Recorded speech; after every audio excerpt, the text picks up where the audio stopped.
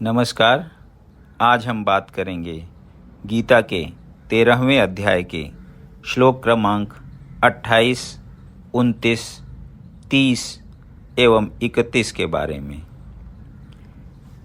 समं सर्वेषु भूतेषु तिष्ठन्तं परमेश्वरं विनश्यत्स्व विनश्यन्तं यः पश्यति स पश्यति। जो परमात्मा को समस्त शरीरों में आत्मा के साथ देखता है और जो यह समझता है कि इस नश्वर शरीर के भीतर न तो आत्मा न ही परमात्मा कभी भी विनष्ट होता है, वही वास्तव में देखता है। तात्पर्य: जो व्यक्ति सत्संगति से तीन वस्तुओं को शरीर, शरीर का स्वामी या आत्मा तथा आत्मा के मित्र को एक साथ संयुक्त देखता है, वही सच्चा ज्ञानी है। जब तक आध्यात्मिक विषयों के वास्तविक ज्ञाता की संगति नहीं मिलती, तब तक कोई इन तीनों वस्तुओं को नहीं देख सकता। जिन लोगों की ऐसी संगति नहीं होती, वे अज्ञानी हैं।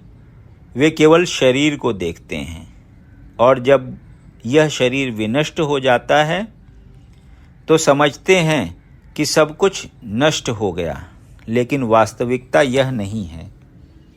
शरीर के विनष्ट होने पर आत्मा तथा परमात्मा का अस्तित्व बना रहता है और वे अनेक विविध चर तथा अचर रूपों में सदैव जाते रहते हैं।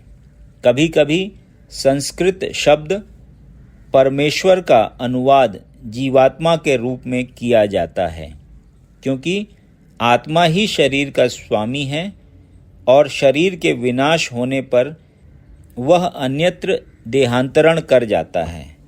इस तरह वह स्वामी है।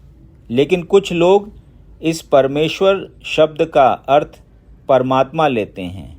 प्रत्येक दशा में परमात्मा तथा आत्मा दोनों रह जाते हैं, वे विनष्ट नहीं होते। जो इस प्रकार देख सकता है, वही वास्तव में देख सकता है कि क्या घटित हो रहा है। समं पश्यन्हि सर्वत्र समवस्थितमीश्वरं न हिनस्त्यात्मनात्मानं ततो याति पराम गतिम। जो व्यक्ति परमात्मा को सर्वत्र तथा प्रत्येक जीव में समान रूप से वर्तमान देखता है, वह अपने मन के द्वारा अपने आप को भ्रष्ट नहीं करता। इस प्रकार वह दिव्य गंतव्य को प्राप्त करता है।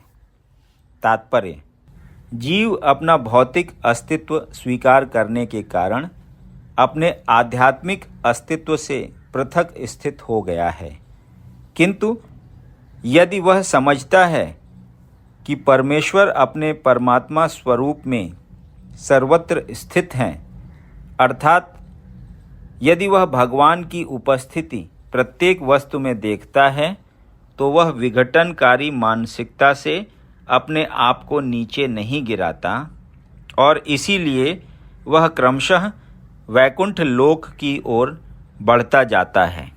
सामान्यतया मन इंद्रिय तृप्तिकारी कार्यों में लीन रहता है, लेकिन जब वही मन परमात्मा की ओर उन्मुख होता है तो मनुष्य आध्यात्मिक ज्ञान में आगे बढ़ जाता है।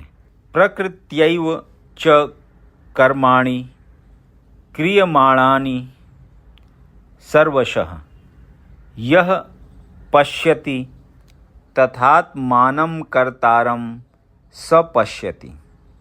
जो यह देखता है कि सारे कार्य शरीर द्वारा संपन्न किए जाते हैं, जिसकी उत्पत्ति प्रकृति से हुई है, और जो देखता है कि आत्मा कुछ भी नहीं करता, वही यथार्थ में देखता है।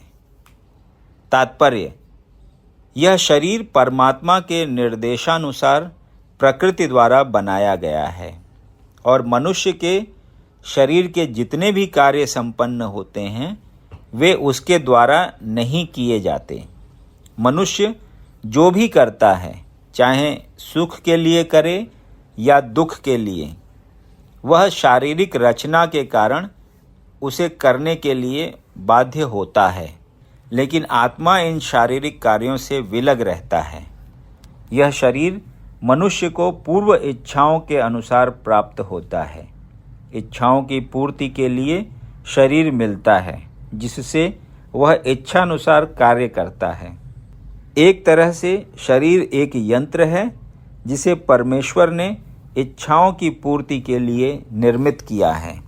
इच्छाओं के कारण ही मनुष्य दुख भोगता है या सुख पाता है। जब जीव में यह दिव्य दृष्टि उत्पन्न हो जाती है तो वह शारीरिक कार्यों से पृथक हो जाता है। जिसमें ऐसी दृष्टि आ जाती है वही वास्तविक दृष्टा है। यदा भूत पृथक भावमेकस्थ मनु पश्यति तत एव च विस्तारम ब्रह्म संपद्यते तदा।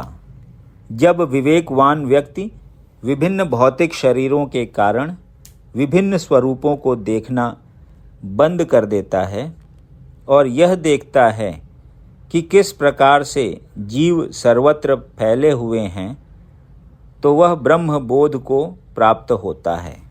तात्पर्य: जब मनुष्य यह देखता है कि विभिन्न जीवों के शरीर उस जीव की विभिन्न इच्छाओं के कारण उत्पन्न हुए हैं और वे आत्मा से किसी तरह संबद्ध नहीं हैं, तो वह वास्तव में देखता है।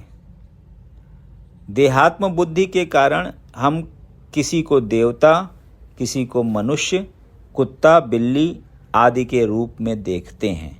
यह भौतिक दृष्टि है, वास्तविक दृष्टि नहीं है। यह भौतिक भेदभाव देहात्म बुद्धि के कारण है। भौतिक शरीर के विनाश के बाद आत्मा एक रहता है। यही आत्मा भौतिक प्रकृति के संपर्क से विभिन्न प्रकार के शरीर धारण करता है। जब कोई इसे देख पाता है तो उसे आध्यात्मिक दृष्टि प्राप्त होती है।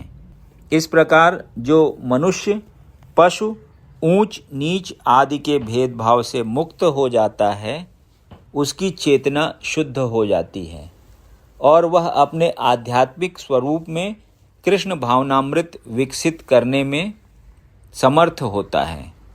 तब वह वस्तुओं को जिस रूप में देखता है उसे अगले श्लोक में बताया गया है।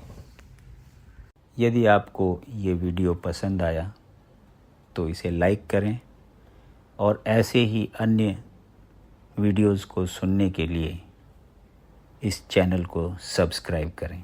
धन्यवाद।